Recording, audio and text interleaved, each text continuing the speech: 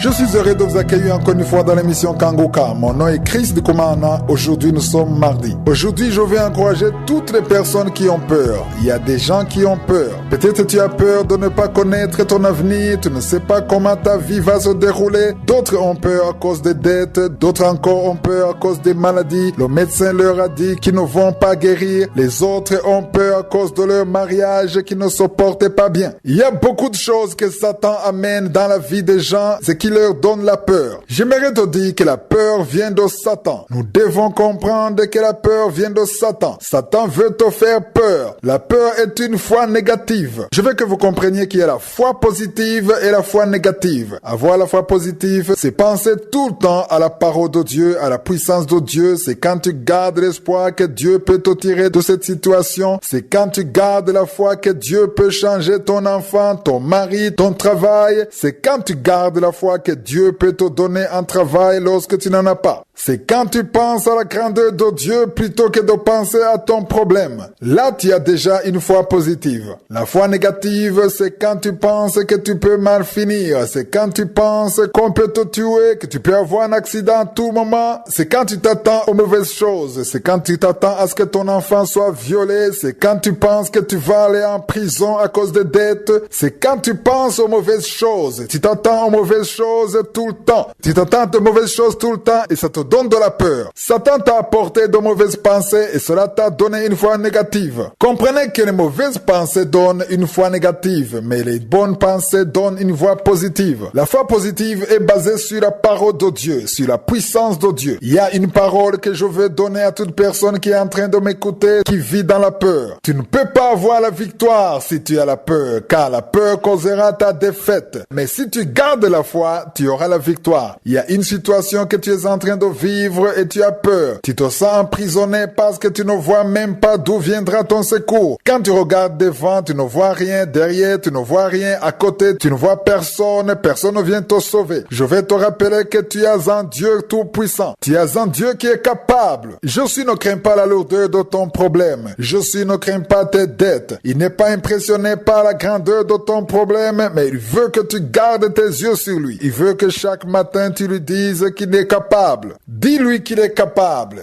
Tu ne sais pas d'où viendra ton secours, mais garde la foi que si c'est sa volonté, il va te sortir de là. Les oreilles de Josué ont besoin d'entendre cela tous les jours. La parole que je veux te montrer se trouve dans Josué 10, verset 25. C'est Josué qui encourage les enfants d'Israël. Il leur dit, ne craignez point et ne vous effrayez point, fortifiez-vous et ayez du courage, car c'est ainsi que l'Éternel traitera tous vos ennemis contre lesquels vous combattrez. Dans ce passage, Josué parle des ennemis de la chair et de sang, mais aujourd'hui tes ennemis ne sont pas de chair et de sang, mais ce sont les serviteurs de Satan, c'est-à-dire les démons ainsi que les problèmes qu'il peut apporter dans ta vie. Cette parole dit que Josué combattra contre eux. Ce qu'il demande, c'est que tu crois et que tu cesses d'avoir peur, car la peur ouvre la porte à Satan, mais la foi ouvre la porte à Josué. Ce matin, je veux que là où il y avait la peur, il y ait la foi. Là où il y avait le désespoir, il y ait l'espoir. Comprends que Josué peut te secourir. Est-ce que tu crois qu'il peut te secourir? Crois-tu que le Dieu d'Abraham, d'Isaac et de Jacob peut te secourir et te sortir de ton problème? Peut-être que tu ne vois pas comment il pourrait le faire, mais tout ce qu'il te demande, c'est que tu changes de langage, change d'attitude. Si tu le crois, change chaque matin les paroles qui sortent de ta bouche. Chaque matin, avant de sortir, mets-toi à genoux et prie. Dis à Dieu qu'il est capable. Tu ne sais pas comment il va le faire, mais garde la foi dans le nom de Jésus. Il peut changer ta situation. Dieu peut te délivrer. Tout ce qu'il te demande de faire, c'est de garder ton espoir en lui. Ne te lamente pas et ne prononce pas de mauvaises paroles. Tu as attendu longtemps, c'est vrai, mais aujourd'hui commence une nouvelle phase. Dis-lui que tu ne veux plus avoir peur. Dis-lui que tu n'acceptes pas que Satan te domine par la peur. Mais en gardant la foi, tu sais qu'il s'occupera de tous tes ennemis et tous les démons